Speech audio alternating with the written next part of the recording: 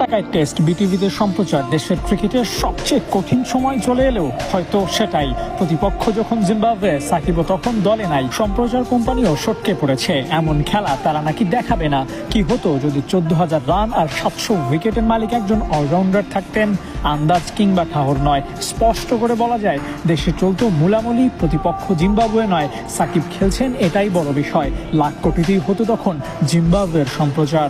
সমালোচনা কিংবা হিংসা যাই হোক, গত 20 বছরে দুটো সাকিব তৈরি হয়নি। চেষ্টা করেও পারেনি নাকি চেষ্টা করাই হয়নি সেটাও প্রশ্ন। তর্ক সাকিব না থাকলে কি হয়, জিম্বাবুয়ে সিরিজ দিয়েছে তারই সতর্ক। সাকিব না থাকলেও চলা যাবে, সাকিব থাকুক না থাকুক কি এসে যায়। প্রমাণ মিলেছে জিম্বাবুয়ে সিরিজে 50 টাকা থেকে শুরু হয় টিকিটের দাম। সম্প্রচারে নেই বেসরকারি টিভি চ্যানেলের নাম। দর্শক আগ্রহ কতটা আছে সে নিয়েও আছে সন্দেহ। কেউ কেউ তো অ্যাশেজ বলেও দেখায় অনাগ্রহ। কল্পনা করুন এই সিরিজে যদি সাকিব থাকতেন তাহলেও কি একই অবস্থা হতো? সাকিবের নিন্দুকও মুখ খুঁটে বলতেন মোটেও না।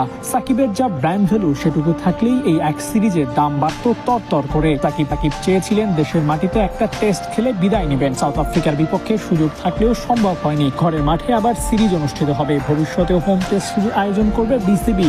কিন্তু সাকিবের খেলার সম্ভাবনা একেবারেই নেই।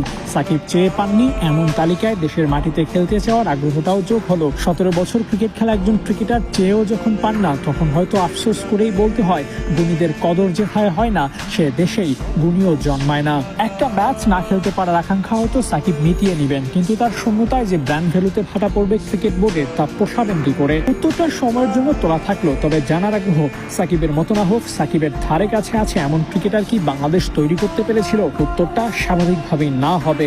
এছাড়াও এত সমালোচনা হওয়া সত্ত্বেও সাকিবকে ব্যতি রেখে আলাদা করে উন্নতি করা যায়নি। সাকিবকে কন্টেস্ট থেকে বাদ দিয়ে গল্প সাজানো যায়নি। এটাই সাকিব, এটাই আল হাসানের ব্র্যান্ড ভ্যালু।